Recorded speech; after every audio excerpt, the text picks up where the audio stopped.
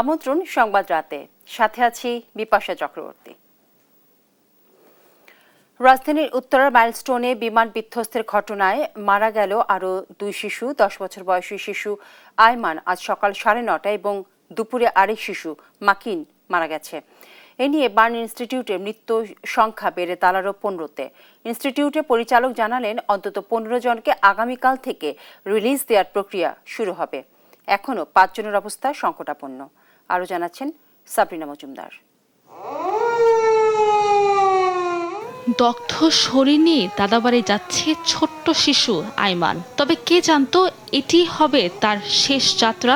10 বছর বয়সী শিশুটির যুদ্ধ বিমান বিধ্বস্তের মর্মান্তিক দুর্ঘটনায় শরীরের 45% দগ্ধ হয়ে যায়। 4 দিন মৃত্যুর সাথে লড়াই করে শুক্রবার সকাল 9:30টার কাছাকাছি সময়ে মৃত্যুবরণ করে এই শিশুটি। বার্ন ইনস্টিটিউটের পরিচালক জানালেন, গত রাত থেকে হঠাৎ তার শারীরিক পরিস্থিতির অবনতি হতে থাকে। নিহত আয়মানের স্বজনরা সকলের কাছে তার জন্য দোয়া চেয়েছেন, প্রশ্ন তুলেছেন 4 দিন আগেও স্বাভাবিকভাবে কথা বলা আয়মান মরল কিভাবে। আমরা গতকালকে রাতে ওনাকে আমরা বলেছিলাম যে সিভিয়ার ক্যাটাগরিতে ছিল, কিন্তু রাতে আমরা শিফট করে ওটাকে ক্রিটিক্যাল ক্যাটাগরিতে নিয়ে এবং সাথে সাথে ভোর 5:45টার দিকে ওকে আমরা ইনটিউবেশনে দিই। এরপরে সকাল 9:15টার সময় আসলে ওর মৃত্যুটা আমরা নিশ্চিত করতে পারি। মৃত্যুটা নিশ্চিত করবার পরেই ওর কিছুক্ষণ পরেই বাচ্চার বাবার সাথে আমরা কথা বলি। সকালে হাসপাতালে আসেন স্বাস্থ্যসেবার মহাপরিচালক ও সচিব। চিকিৎসার ব্যাপারে খোঁজ খবর নিয়ে সাংবাদিকদের সাথে কথা বলেন তারা। জানান, সিঙ্গাপুর ও চীনের চিকিৎসক দল কাজ করছেন বাংলাদেশের চিকিৎসকদের সাথে। বললেন সিঙ্গাপুরের টিমটা অনেকদিন থেকে এখানে কাজ করে এবং এই ইনস্টিটিউটের সাথে তাদের একটা অ্যাকচুয়ালি চুক্তিবদ্ধ করা আছে। তারা অনেকবার এসেছেন এবং তারা কাজ করতে স্বাচ্ছন্দ্য বোধ করেন। এখন চীনের যে টিমটা আছে তারাও আগ্রহী আছে, তাদের সাথে এই বিষয়টা অ্যাকচুয়ালি উপস্থাপন করা হয়েছে। বিদেশে পাঠিয়ে উন্নত চিকিৎসা দেওয়ার বিষয়ে প্রশ্ন করলে বার্ন ইনস্টিটিউটের পরিচালক জানান, বিদেশ থেকে আসা চিকিৎসকরাও এমন পরামর্শ দেননি। আমরা একটা রোগীকে দেশের বাইরে নিব কিনা বা যে হসপিটালে যাবে তাদের মতামতটা কিন্তু অত্যন্ত গুরুত্বপূর্ণ। তারা নিয়ে এই রোগীটাকে ভালো করতে পারবেন কিনা সেই মতামতের ভিত্তিতেই কিন্তু করা হয়। অনেকের অবস্থা উন্নতির দিকে আগামীকাল থেকে অন্তত 15 জনকে রিলিজ দেওয়ার প্রক্রিয়া শুরু করবেন তারা।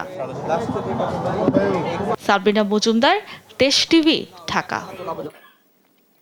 রাজধানীর উত্তরায় দিয়াবাড়িতে বিমান দুর্ঘটনায় 5 দিন হলেও এখনও উৎসুক জনতার ভিড় জমাচ্ছে মাইলস্টোন প্রতিষ্ঠানটির প্রধান ফটকের সামনে। ঢাকার ভেতরের বিভিন্ন এলাকা ছাড়াও দূর দূরান্ত থেকে জেলা বিভিন্ন জায়গা থেকে ক্যাম্পাসে প্রধান গেইটে এসে জড়ো হচ্ছেন সাধারণ জনগণ। মর্মান্তিক ঘটনার সাক্ষী হয়ে যে ধ্বংসাবশেষ রয়েছে সেটাও নিজ চোখে দেখতে চান তারা। এদিকে নিহত পরিবারের সমবেদনা সহ কবর জিয়ারত করেছেন বিমান বাহিনীর প্রধান। তাইফুর রহমান তুহিনের রিপোর্ট, জানাচ্ছেন মাহবুব তামিম।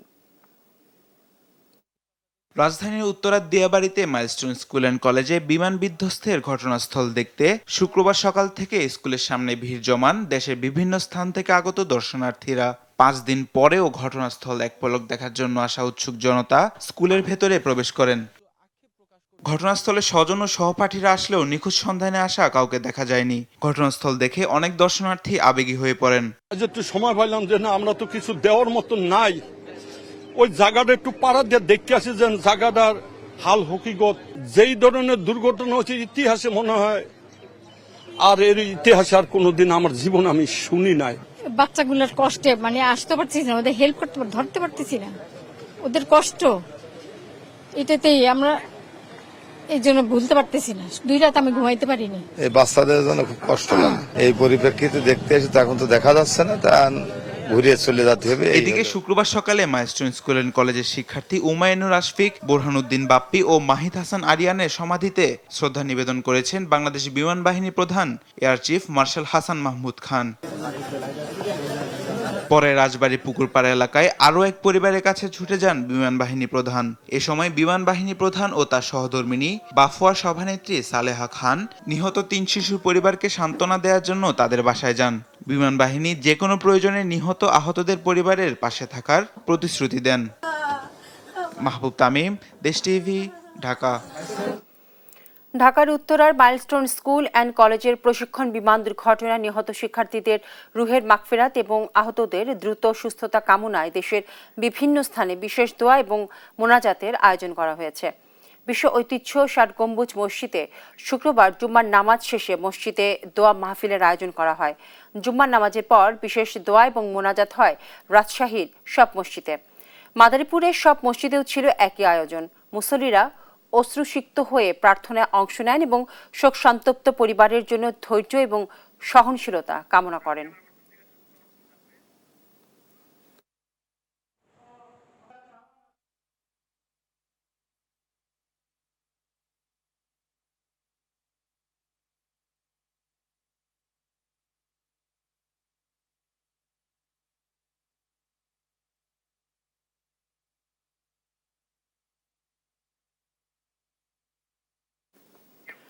দেশের সাম্প্রতিক ঘটনা এবং আইনশৃঙ্খলা পরিস্থিতি অবনতির সাথে নির্বাচনে কোনো সম্পর্ক নেই বলে মনে করে বিএনপি। দলটির নেতারা বলছেন, জাতীয় ঐক্যের কাছে সব ষড়যন্ত্র নস্যাৎ হবে, সফল হবে না নির্বাচন পেছানোর ষড়যন্ত্র। তারা আরও বলেছেন, অভিজ্ঞতার অভাবে নানান বিতর্কে জড়িয়ে পড়ছে অন্তর্বর্তী সরকার। নিয়াজ মোর্শেদের রিপোর্ট। শুক্রবার সকালে উত্তরার দিয়াবাড়িতে মাইলস্টোন দুর্ঘটনায় নিহত তৃতীয় শ্রেণীর শিক্ষার্থী নুসরাত জাহান আনিকার পরিবারের সঙ্গে সাক্ষাৎ করেন বিএনপির স্থায়ী কমিটির সদস্য গয়েশ্বর চন্দ্র রায়। এ সময় তিনি অন্তর্বর্তী সরকারের সমালোচনা করে বলেন, তাদের কার্যক্রম দৃশ্যমান নয়। সরকার যখন বিপদে পড়ে আমাদেরকে ডাকে, এবং এটা যে সরকার চলছে এটা কিন্তু দৃশ্যমান কেউ উপলব্ধি করে না, এবং যে যেই দায়িত্ব আছে নিচ থেকে উপর পর্যন্ত সরকারের এক উপদেষ্টার বাইরেও তারও অফিস আদালত সঠিকভাবে করে কিনা এ ব্যাপারে সন্দেহ আছে। দুপুরে তুরাগ থানার নয়নগরে একই দুর্ঘটনায় নিহত সাদিয়া আক্তারের পরিবারের খোঁজখবর নেন স্থায়ী কমিটির আরেক সদস্য ইকবাল হাসান মাহমুদ টুকু। অভিযোগ করেন, মাইলস্টোনের ঘটনায় ঘোলাপানিতে মাছ শিকারে তৎপর একটি গোষ্ঠী মিছিল করে তারপরে সচিবালয়কে আক্রমণ করা দেখি নাই, এবং তারপরে দেখলাম যে প্রতিটি শক্তি যারা চলে গেছে তাদের স্লোগান হয়েছে। তাতে বোঝা যায় যে কারা এক জিনিস করছে, এবং এই ঘোলাপানি যত ইলেকশন দেরি হবে তত ঘোলাপানিতে মাছ শিকার করা এদের জন্য সুবিধা হবে। পরে তুরাগের নিষাদনগর এলাকায় একই ঘটনায় নিহত সাদের পরিবারের সাথে সাক্ষাৎ করেন স্থায়ী কমিটির সদস্য ডাক্তার এজেডএম জাহিদ হোসেন। বলেন, নির্বাচন বানচালের ষড়যন্ত্র ঐক্যবদ্ধভাবে রুখে দিবে জনগণ। সাধারণ মানুষ সিদ্ধান্ত নিবে, তারা যদি ঐক্যবদ্ধ থাকে, এবং সেটি যে ঐক্যবদ্ধ থাকবে সেটি আমি বিশ্বাস করি, এবং ইনশাআল্লাহ অনৈক্য সৃষ্টি করার যারা পরিকল্পনা করছেন তাদের ওটা কল্পনার মধ্যেই থাকবে, বাস্তবে আসবে না। দুপুরে মাইলস্টোনের ঘটনায় দুই শিশু নাজিয়া ও নাফির পরিবারের সাথে সাক্ষাৎ করেন বিএনপির সিনিয়র যুগ্ম মহাসচিব রুহুল কবির রিজভী। যাতে আরো মজবুত আকারে এটা সংরক্ষণ করা যায়। এছাড়া বিকেলে ঢাকা সেনানিবাসে মাইলস্টোন দুর্ঘটনায় নিহত ফ্লাইট লেফটেন্যান্ট তৌকির ইসলাম সাগরের পরিবারের সঙ্গে সৌজন্য সাক্ষাৎ করেন বিএনপি মহাসচিব মির্জা ফখরুল ইসলাম আলমগীর। নিয়াজ মোর্শেদ, দেশ টিভি, ঢাকা। দর্শক, জাতীয় বার্ন ইনস্টিটিউটে রয়েছেন আমাদের সহকর্মী সাদ আহমেদ, সরাসরি যোগ দিচ্ছেন তিনি আমাদের সাথে। সাদ, দগ্ধদের চিকিৎসার নতুন কি কি তথ্য রয়েছে সেটা জানাবেন, কারণ চীন এবং সিঙ্গাপুরের চিকিৎসকেরাও আমাদের চিকিৎসকদের সাথে যুক্ত হয়েছেন। তো নতুন কি কি তথ্য রয়েছে আপনাদের কাছে দগ্ধদের চিকিৎসার জন্য? জাতীয় বার্ন ইনস্টিটিউটে আজও কিন্তু দুজন শিক্ষার্থীর মৃত্যু হয়েছে।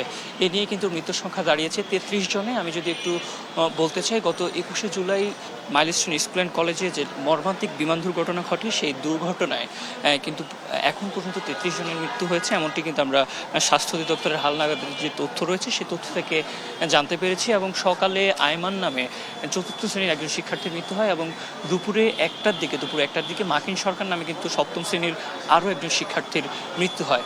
এবং আজ কিন্তু যদি বলতে চাই যে সিঙ্গাপুর এবং চীনের যে চিকিৎসক দল, বিশেষজ্ঞ চিকিৎসক দল রয়েছে, তাদের তত্ত্বাবধানে কিন্তু চিকিৎসা চলছে। এবং আমরা যতটুকু জানতে পেরেছি, আহতদের চিকিৎসা কিন্তু সব ধরনের সহায়তা করার ঘোষণা কিন্তু দিয়েছে সরকার। তবে এখন পর্যন্ত জাতীয় বার্ন ইনস্টিটিউটে কিন্তু 40 জন ভর্তি রয়েছেন, এবং তাদের মধ্যে কিন্তু এখনও 5 জনের অবস্থা সংকটাপন্ন, এমনটাই কিন্তু আমরা জানতে পেরেছি। আরও একটি বিষয় বলতে চাই যে যেহেতু শরীরের অনেক বেশি অংশ পুড়ে গিয়েছে তাদের শিক্ষার্থীদের, তাই তাদেরকে কিন্তু বাঁচানোটা অনেকটা কষ্টসাধ্য, এমনটাই কিন্তু আমাদেরকে জানানো হয়েছিল। তবুও কিন্তু চেষ্টার কিন্তু কমতি রাখা হচ্ছে না এবং ইতিমধ্যে কিন্তু বিভিন্ন দেশের বিশেষজ্ঞ চিকিৎসক দল কিন্তু এখানে এসছেন এবং তাদের তত্ত্বাবধানে কিন্তু চিকিৎসা দেওয়া হচ্ছে। সেই সঙ্গে এটাও বলা হয়েছে যাদের অবস্থা বেশি সংকটাপন্ন বা খারাপের দিকে তাদেরকে কিন্তু বিদেশে পাঠানোর কথাও কিন্তু আমরা জানতে পেরেছি। তবে একে একে কিন্তু এই মৃত্যুর সারিতে কিন্তু নতুন নতুন নাম যুক্ত হচ্ছে এবং তাদের বেশিরভাগই কিন্তু শিশু, এবং এটি কিন্তু আসলে মোটেও স্বস্তির খবর নয়, কেননা আজকে শিশুরাই কিন্তু আগামী দিনের ভবিষ্যৎ এবং তাদের এই যে অকাল প্রয়াণ সেটি কিন্তু পুরো দেশবাসীর জন্যই আসলে বড় একটা ক্ষতি। তো একে একে যে জাতীয় বার্ন ইউনিটে যে এভাবে চলে যাওয়া, এটা আসলে খুবই দুঃখজনক এবং এটি আসলে কারোই কাম্য নয়। তারপরও কিন্তু সরকারের তরফ থেকে, সেই সঙ্গে পুরো দেশবাসী কিন্তু তাদের জন্য আসলে প্রার্থনা করছেন, সেই সঙ্গে তাদের সুস্থতা কামনা করছেন। তাদের কিন্তু চেষ্টার কিন্তু কমতি আমরা দেখতে পাচ্ছি না। তো এই ছিল জাতীয় বার্ন ইউনিট থেকে আমাদের কাছে সর্বশেষ। সাদ, আপনাকে ধন্যবাদ। শেখ হাসিনা একটি ফিটনেসবিহীন রাষ্ট্র চাপিয়ে দিয়ে গেছে বলে মন্তব্য করেছেন জাতীয় নাগরিক পার্টি এনসিপির আহ্বায়ক নাহিদ ইসলাম। শুক্রবার দুপুরে সুনামগঞ্জে পথসভায় তিনি কথা বলেন। নাহিদ বলেন, এনসিপি রাষ্ট্র মেরামতের জন্য প্রতিষ্ঠিত হয়েছে, নতুন বাংলাদেশ প্রতিষ্ঠা না হওয়া পর্যন্ত লড়াই চলবে। বিকেলে সিলেট পৌঁছায় এনসিপির পদযাত্রা। সহকর্মীদের তথ্য এবং ছবিতে ফারজানা আফরোজ টুম্পার রিপোর্ট। জুলাই পদযাত্রায় শুক্রবার সুনামগঞ্জের শহীদ পরিবারের সদস্যদের খোঁজখবর নেন এনসিপি নেতারা। দুপুরে শহরের কেন্দ্রীয় মডেল জামে মসজিদে জুমার নামাজ শেষে সেখান থেকে পদযাত্রা শুরু করেন। শহর ঘুরে আলফাত স্কয়ারে হয় পথসভা। বক্তব্য রাখেন কেন্দ্রীয় নেতারা। সভায় শেখ হাসিনা একটি ফিটনেসবিহীন রাষ্ট্র চাপিয়ে দিয়ে গেছে বলে মন্তব্য করেন এনসিপি আহ্বায়ক নাহিদ ইসলাম। বলেন, এনসিপি রাষ্ট্র মেরামতের জন্য প্রতিষ্ঠিত হয়েছে। শেখ হাসিনা একটা ফিটনেসবিহীন রাষ্ট্র আমাদের উপর চাপিয়ে দিয়ে গিয়েছে, এই প্রজন্মের উপর চাপিয়ে দিয়ে গিয়েছে। আমরা বলেছি এই প্রজন্ম, আমরা ভবিষ্যৎ প্রজন্মের জন্য একটা ফিটনেসবিহীন রাষ্ট্র দিয়ে যেতে পারি না। নাহিদ ইসলাম বলেন, নতুন বাংলাদেশ প্রতিষ্ঠা না হওয়া পর্যন্ত লড়াই চলবে। জুলাই সনদ ও ঘোষণাপত্র আদায় করে ছাড়বেন বলেও ঘোষণা দেন তিনি। আপনাদের সন্তানরা যারা জীবন দিয়েছে, যারা আজকে এখানে একজন শহীদ পরিবারের বাবা রয়েছেন, শহীদ সোহাগের বাবা রয়েছেন, যারা রাস্তায় জীবন দিয়েছিলেন, তাদের জন্য হলেও, তাদের আকাঙ্ক্ষা পূরণের জন্য হলেও, ভবিষ্যৎ প্রজন্মের জন্য হলেও এই রাষ্ট্রের ফিটনেস আমাদেরকে তৈরি করতে হবে, এই রাষ্ট্রের মেরামত আমাদেরকে তৈরি করতে হবে। বিকেলে সিলেট পৌঁছান এনসিপি নেতারা। সেখানেও পদযাত্রা ও পথসভা হয়। ফারজানা আফরোজ টুম্পা, নিউজ ডেস্ক, দেশ টিভি। সংস্কার, গণহত্যার বিচার এবং লেভেল প্লেইং ফিল্ড ছাড়া নির্বাচন হবে না বলে মন্তব্য করেছেন বাংলাদেশ জামায়াতে ইসলামের নায়েবে আমির সৈয়দ আব্দুল্লাহ মোহাম্মদ তাহের। শুক্রবার বিকেলে বাংলাদেশ চীন মৈত্রী সম্মেলন কেন্দ্রে ঢাকা মহানগর দক্ষিণের কর্মী সম্মেলনে একথা বলেন তিনি বলেন, আর কাউকে কেন্দ্র দখল করে ক্ষমতায় আসার সুযোগ দেওয়া হবে না। অন্যদেরকে অন্ধকারে রেখে সুযোগ নেওয়ার অপচেষ্টা এদেশের মানুষ মানবে না। দুর্নীতিমুক্ত বাংলাদেশ করতে জামায়াতে ইসলামী নেতৃত্ব দেবে বলেও মন্তব্য করেন তাহের। নির্বাচনকে চ্যালেঞ্জ হিসেবে গ্রহণ করে আমরা বিপুল মেজরিটি মানুষের সমর্থন নিয়ে একটি আদর্শ কল্যাণ রাষ্ট্র গঠনের জন্য, একটি ঐক্যবদ্ধ দেশ গড়ার জন্য আমরা সেভাবে নির্বাচনকে আমাদের পক্ষে আনার চেষ্টা করব। জীবনের শেষ প্রান্তে এসে একটি সুষ্ঠু এবং নিরপেক্ষ নির্বাচন আয়োজনের দায়িত্ব পেয়েছেন, যা দেশের জন্য আন্তরিকভাবে সম্পন্ন করতে চান প্রধান নির্বাচন commissioner CEC AMM Nasir Uddin. শুক্রবার যশোর কালেক্টরেট মসজিদের জুম্মার নামাজের আগে মুসল্লিদের উদ্দেশ্যে দেয়া সংক্ষিপ্ত বক্তৃতায় তিনি এসব কথা বলেন। একই সঙ্গে তিনি ঢাকায় বিমান দুর্ঘটনায় নিহতদের আত্মার মাগফিরাত কামনায় বিশেষ দোয়া এবং মোনাজাতে অংশগ্রহণ করেন। খুলনায় যাবার পথে যশোরে যাত্রাবিরতির সময় তিনি মসজিদে নামাজ আদায় করেন। এ সময় সিইসি বলেন, দীর্ঘ চাকরি জীবনে নানান দায়িত্ব পালন করলেও বর্তমানের দায়িত্ব সবচাইতে গুরুত্বপূর্ণ। একটি গ্রহণযোগ্য নির্বাচনের মাধ্যমে তিনি জনগণের আস্থা ফিরিয়ে আনতে চান। এই ছিল এখনকার সংবাদ রাত। পরের বুলেটিন দেখার আমন্ত্রণ রইল। ধন্যবাদ সবাইকে।